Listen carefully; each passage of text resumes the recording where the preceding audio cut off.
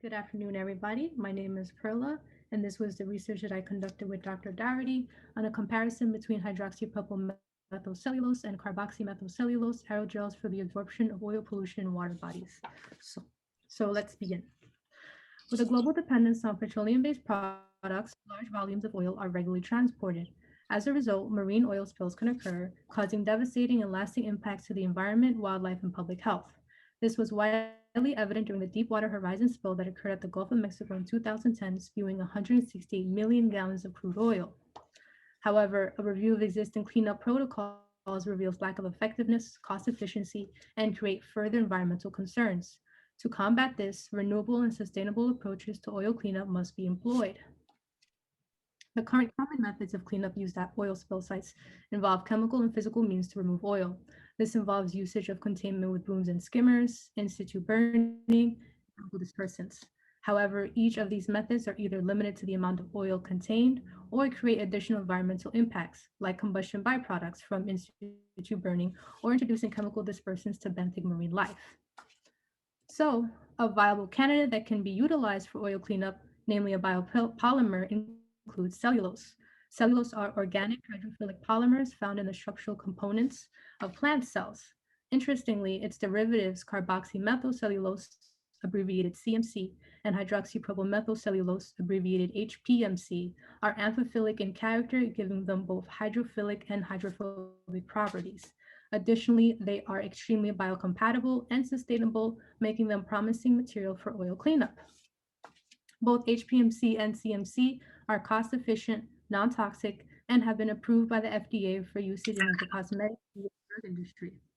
Furthermore, both HPMC and CMC can be readily cross-linked to improve mechanical strength and hydrophobic properties. In order to maintain a biocompatible final product, citric acid was looked at as a possible cross-linking agent. A study conducted by Hassan demonstrated that citric acid can increase the hydrophobicity and strengthen cellulose. So, how do we exactly use cellulose as a way to absorb oil?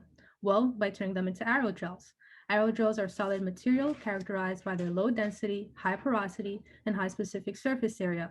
Aerogels are produced as a result of substitution of liquid inside of a gel with a gas. The properties of these aerogels make them very absorbent of liquids, including oil. So our main questions throughout the research was how well would the aerogels absorb oil?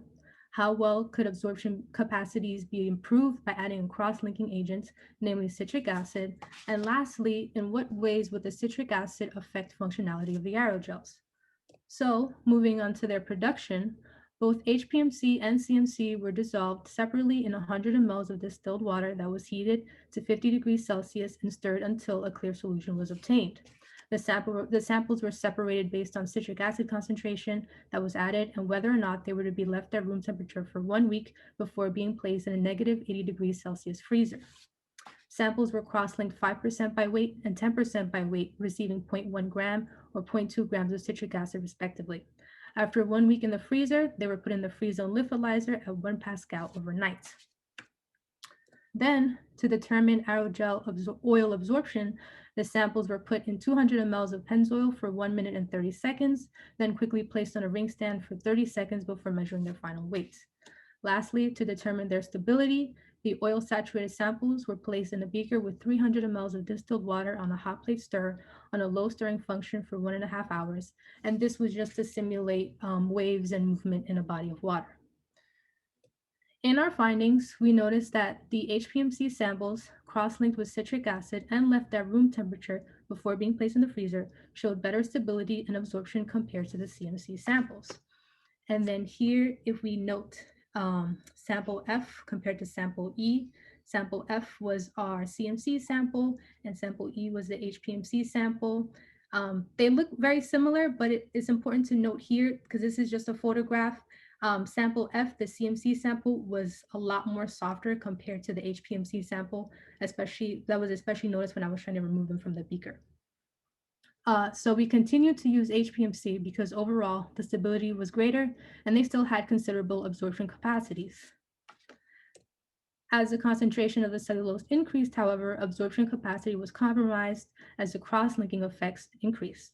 Here we can note samples G versus I. Here sample I did not do as well in our stability test. and then got a little bit more beat up compared to sample G.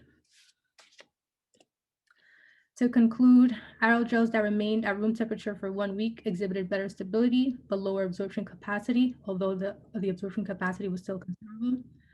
This also demonstrated that citric acid was able to cross-link as the mechanical strength was improved, and we saw that with the way the samples were able to hold up in the water test. Further research can determine other cellulose derivatives that may have better absorption and mechanical strength. Other cross-linking agents can also be examined to further improve absorption and stability.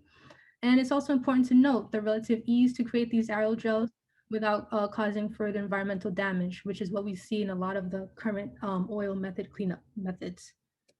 And I'd like to thank Dr. Dougherty, who was my research mentor, and Tom for helping me out when we had our lab mishaps, especially with the equipment. These are my references, and thank you again for inviting me to speak today.